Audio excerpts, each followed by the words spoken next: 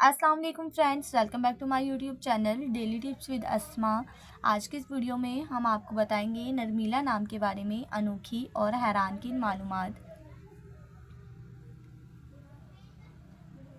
नरमीला नाम का शुमार लड़कियों के नामों में होता है। नरमीला एक इस्लामी नाम है। नरमीला नाम की इब्तदाई तारीख हिंदी ज़ुबान से निकलती है। नरमीला नाम की लड़कियों के लिए खुशकिस्मत नंबर 6 माना जाता है। माहिरीन के मुताबिक नरमीला नाम की लड़कियां बहुत खूबसूरत होती हैं। नरमीला नाम का मतलब है साफ़ और शिफाफ। नरमीला नाम की लड़कियों के लिए खुशकिस्मत दिनों में जुम्मा और हफ्ते का दिन शामिल है। नरमीला नाम के अफराद के लिए मुवाफिक रंगों में नीला, बनफशी और काला रंग शामिल है। नरमीला नाम के अफराद के लिए मुवाफिक पत्थरों में नीलम पत्थर शामिल है।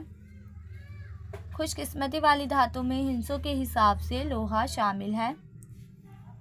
फ्रेंड्स, अगर आप अपने नाम का मतलब जानना चाहते हैं तो कमेंट बॉक्स में अपना नाम लिखें। इंशाल्लाह हम आपके नाम की वीडियो ज़रूर बनाएंगे। Thanks for watching. अल्लाह हाफिज़।